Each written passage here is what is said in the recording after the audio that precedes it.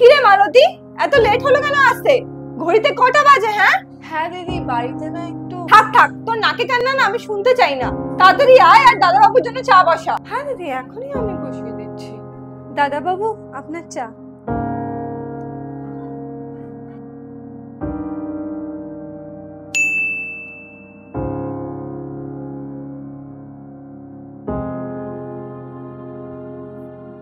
কি রে মালতী, তোকে কতবার বলেছি কাজের সময় ফোন ঘাটবি না?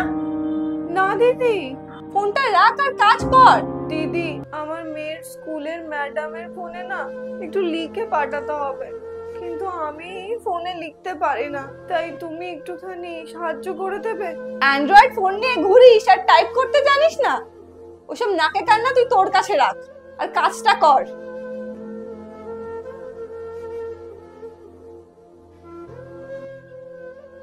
মালতী, চাটা খুব ভালো বানিয়েছিস তুই। আর এত টেনশন আছিস কেন? কি হয়েছে তোর?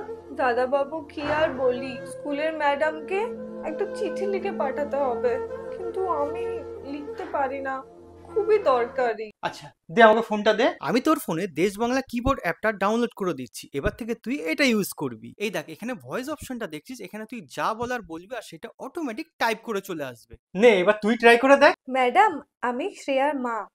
শ্রেয়ার না 10 দিন খুব জ্বর ছিল, তাই ও স্কুলে আসতে পারেনি।